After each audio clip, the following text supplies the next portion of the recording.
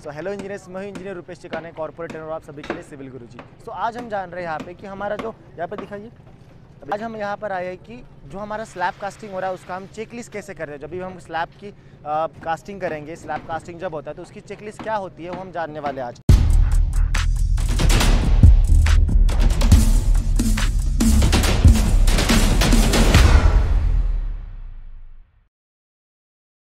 सबसे पहले जब भी हमारी स्लैब कास्टिंग होती है तो स्लैब कास्टिंग होते समय सबसे पहले हमारे जो भी हमारी शटरिंग लगती है उसे चेक करना होता है बाय द ऑटो लेवल की बराबर लेवल पर लगे हैं नहीं लगे हैं, है ना, ये हमें चेक करना होता है। उसके बाद हमें जो करना होता है कि जो भी हमारे शटरिंग के बीच में जो गैप्स होती है, जो भी हमारी स्लरी वहाँ से निकल सकती है, वो हमें चेक करना है कि बराबर पैक हुई या नहीं हुई है, उसको हिडन करा या उसको बराबर टिपिंग किया गया है नहीं किया गया है वो देखना है। और अगर बहुत ज़्यादा है तो वहाँ से हमें उसको कवर किया गया है नहीं किया गया वो भी देखना है हमें, वो भी चेक करना है हमें उसमें, है ना। उसके बाद वहाँ पे हमारी बार्स प्लेस हो रही है। बार्स प्लेस होने के बाद जहाँ पे वो भी बार प्लेस हो रही है वो बराबर प्रॉपर स्पेसिंग पर प्लेस है या नहीं है वो चेक करना है। प्रॉपर जो भी डिस्टेंस हमारे स्पेसिंग का दिया वो है या नहीं है वो देखना है। उसके बाद अगर बार्स प्लेस हो गए उसके बाद हमारे कवर्स बराबर लगे हैं नहीं लगे वो हमें चेक करना है ना। जो भी हमारे कवर्स होते हैं, जो हमारा स्लैब है, अगर स्लैब का हमारा जो कवर होता है वो हमारा होता है 20 mm का, 20 mm के कवर्स बराबर 1 मीटर में हॉरिजॉन्टल 1 मीटर में वर्टिकल लगा हुआ है नहीं है ये चेक करना है हमें,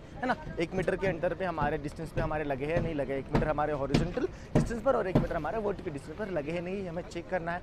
उसके बाद हमें जो यहाँ पर क्रैंक बार प्रोवाइड किया गया है, जो भी हमारे यहाँ पे क्रैंक बार प्रोवाइड किया वो बराबर एक क्रैंक में मुड़ा गया है नहीं गया है, यहाँ पे देख सकते हो इंजीनियर्स, जो मुड़ा गया है बराबर क्रैंक है या नहीं, वो एक तो क्रैंक बराबर प्रॉपर अपने शेप में है नहीं है, वो अगर प्रॉपर शेप पर नहीं है या फिर मुड़ा गया है या फिर सो गया है ये देखना है हमें, तो उसको सीधा करना है ना। उसके बाद यहाँ पर अगर हम बीम देखते हैं, है ना, ये हो गया हमारे स्लैब के बारे में। अब यहाँ पर हम बीम में आते हैं तो बीम में हमारे बराबर प्रॉपर कवर दिया गया नहीं है, तो हमारा बीम में जो कवर होता है 25 mm का कवर होता है, 25 mm का कवर दिया है नहीं दिया है। जो भी हमारे टॉप एक्स्ट्रा बार है या बॉटम एक्स्ट्रा बार है, जो हमारी बार की लेंथ है और बार के बीच में स्पेसिंग बराबर दी है नहीं है दी है, चेक करना हमारा बहुत इंपॉर्टेंट काम होता है। उसके बाद अभी अगर हम नीचे जाते हैं तो आइए नीचे, बीम के बाद हमें क्या देखना है, हमारे जो प्रॉप्स लगे हुए हैं, प्रॉप्स जो लगे बराबर प्रॉपर स्पेसिंग में लगे हैं नहीं लगे हैं वो देखना है हमें, है ना। प्रॉप्स की बराबर लॉक्स लगे हैं, अगर हमें प्रॉप हम यूज़ करें तो उसके अगर लॉक्स बराबर लगे हैं नहीं लगे वो देखना है हमारे। और उसके बाद जो उसके टाई होते हैं लैटरल टाइज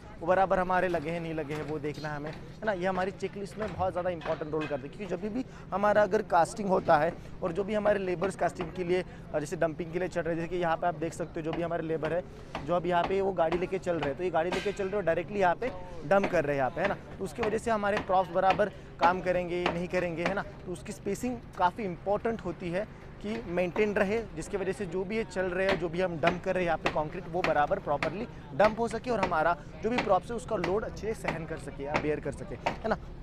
उसके बाद ये बीम हो गया हमारा, उसके बाद हमारा प्रॉप्स भी हो गया।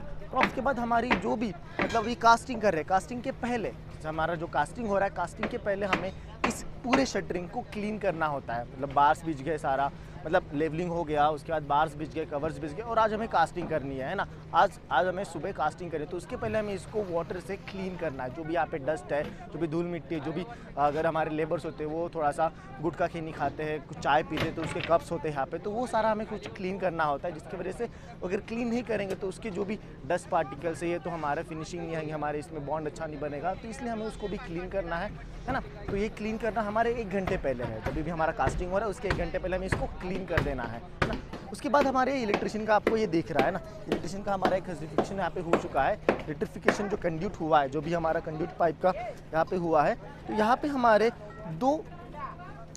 यहाँ पे जो भी हमारे इलेक्ट्रिफिकेशन के जो कंड्यूट पाइप लगे हैं यहाँ पे, है ना, उसके बीच में स्पेसिंग होना बहुत ज़रूरी है। जैसे कि हमारे रेनफोर्स्ड स्पेसिंग है, उसी तरह से हमारे ये कंड्यूट पाइप में भी हमारी स्पेसिंग होना बहुत ज़रूरी है ना, ताकि हमारे इसमें भी हमारी जो कंक्रीट की फीलिंग है वो अच्छे से हो जाए, अच्छे से वहाँ पे हमारे कंक्रीट पोर हो सके और हमारे जो भी वॉइड्स है वो मेंटेन वॉइड्स है वो ना रहे और उसमें हनीकम्बिंग ना आए, है ना, अच्छा स्ट्रॉन्ग बॉन्ड बना सके। तो इसलिए हमें इसमें भी स्पेसिंग देना बहुत ज़रूरी है कि चिपका ऐसा एकदम क्लोज का जंक्शन नहीं देना चाहिए, उसका जो भी जंक्शन आएगा वो बहुत क्लोज नहीं होना चाहिए, है ना। ये सारी चेक लिस्ट। और तीसरी बात जो है हमारी जो भी लाइन्स है, यहाँ पे आइए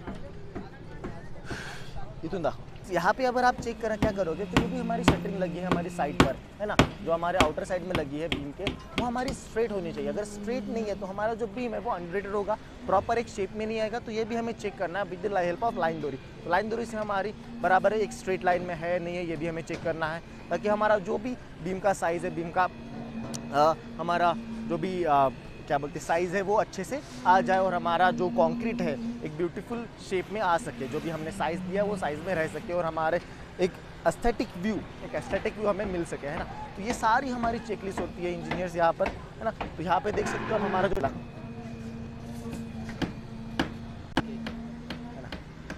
यहाँ पे हमारा ये ठिया लगा हुआ है। यहाँ पे देख सकते हो आप किस तरह से यहाँ पे एक अरेंजमेंट लगा गया है। तिथुन दाखवते यहाँ पे देख, हाँ सो इंजीनियर्स यहाँ पे आप देख सकते हो कि नीचे में केला, सो इंजीनियर्स यहाँ पे आप देख सकते हो जो नीचे में हमारा काम चल रहा है, वहाँ पे एक हमारा वे बैचर है, हमारा मिक्सर है वहाँ पे जो काम हो रहा है, और वहाँ से एक रेल की मदद से हमारा जो एलिवेटर है उसकी मदद से हमारा ऊपर में आ रहा है काम, है ना। तो यहाँ से हमारा एलिवेटर से ऊपर आ रहा है, एलिवेटर आते वक्त दिखा दे। सो हमारा एलिवेटर ऊपर आ रहा है इंजीनियर, तो एलिवेटर से ऊपर हमारा कॉन्क्रीट ऊपर आ रहा है ये, है ना। कॉन्क्रीट ऊपर आने के बाद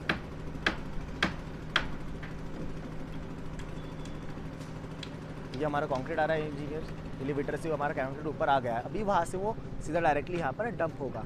अब देख सकते हो किस तरह से वहाँ पे डंप हो रहा है इंजीनियर, नहीं दिखता हमें। ये हमारा इंजीनियर यहाँ पे कंक्रीट यहाँ पे डंप हो चुका है ना। डंप होने के बाद वहाँ पे हमारा कंक्रीट वहाँ पे स्टेप हो रहा है, तो वहाँ पे चलते ना हम चल सर। यहाँ पर अपना ये लिफ्ट से हमारा कंक्रीट आ चुका है ऊपर में, और यहाँ से अभी हम डंप करेंगे, है ना। तो यहाँ पे ये डंप हो रहा है, देख सकते हो आप, ये डंप हो गया और हमारे यहाँ पे फर्मा लगा है, जिसकी मदद से हमारी यहाँ पर कंक्रीट की पोरिंग हो रही है, जिससे ये गाड़ी यहाँ पे भर रहे हैं और यहाँ से वहाँ पे जाके हमारा कंक्रीट बैच हो रहा है हमारे स्लैब पर, है ना।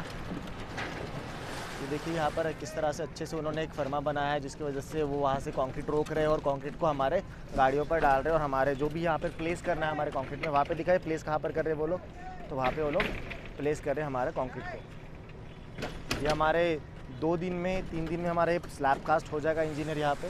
तो आज आधा हो रहा है थोड़ा सा पार्ट, बाकी का पार्ट अभी यहाँ पर बाद में करेंगे ये लोग। सो इस तरह से हमारे इंजीनियर कास्टिंग यहाँ पर हो रही है। तो ये हमारी चेकलिस्ट होगी। सो इस तरह से हमारी चेकलिस्ट यहाँ पर हम देखेंगे। तो हमारी ये पूरी चेकलिस्ट रहेंगी। अगर हम स्लैब को कास्ट करें उसके पहले हमें क्या चेक करना होता है, हमारे स्लैब में क्या चेकलिस्ट होना है, एक सिविल इंजीनियर का, एक साइट इंजीनियर का हमारा क्या रोल होना चाहिए। तो ये सारी चेकलिस्ट हमें चेक करना होता है, ये सारी चीज़ें हमें चेक करनी होती है हमारे साइट पर, हमारे स्लैब होने के पहले। आई होप ये सारी चीज़ें आपको समझ गई होंगी, और आप अभी जब भी अगर कोई साइट पर अगर आप जाते हो एज ए साइट इंजीनियर आप लगते हो, तो आपको ये सारी चीज़ें चेक करना आ जाएंगी, है ना। So thank you so much. तो अगर आपको ये सारी चीज़ें सीखनी है, ये सारी चीज़ें आपको जाननी है, आपको देखनी है किस तरह से हम लोग चेकलिस्ट करते हैं, किस तरह से हमें स्लैब की क्वांटिटीज़ निकालते हैं, हमारे कंक्रीट क्वांटिटीज़ निकालते हैं, हमारे बार बेंडिंग BBS निकालते हैं हम लोग, है ना, किस तरह से हम सर्वे करते हैं, किस तरह से हमारे सर्वे में हमारे लेवल्स ट्रांसफर होते हैं, किस तरह से हमारे स्लैब हाइट देते हैं हम लोग, है ना, किस तरह से हमारा क्वांटिटी सर्वे होता है, किस तरह हम कंक्रीट की क्वांटिटी निकालते हैं, कितनी बैग सीमेंट लगे, कितना क्यूबिक फीट हमारा सैंड लगा, कितना क्यूबिक फीट हमारा एग्रीगेट लगे। ये सारी चीज़ अगर आपको जाननी है, सीखनी है, किस तरह से हमें बिलिंग करना होता है, किस तरह से हमें कॉन्ट्रैक्ट टेंडरिंग को फिल करना होता है, किस तरह से हमें अच्छा एक रेट एनालिसिस करना होता है, तो ये सारी चीज़ें अगर आपको सीखनी है तो हमारा ऑन साइट ट्रेनिंग मॉड्यूल अभी भी ऑन है। हर महीने की पहली तारीख को हमारे कोर्स ऑन होता है, जहाँ पे आप बैच स्टार्ट होता है, जहाँ पे हम लोग ये सारी चीज़ें सिखाते हैं इंजीनियर्स। तो इस जानकारी को पाने के लिए हमारे इस पर इनरोल करने के लिए एक नंबर पर डायल करना होगा, जो है 9111001234 पर। आप कॉल करिए, आपको सारी चीज़ें पता चल जाएगी। Thank you so much.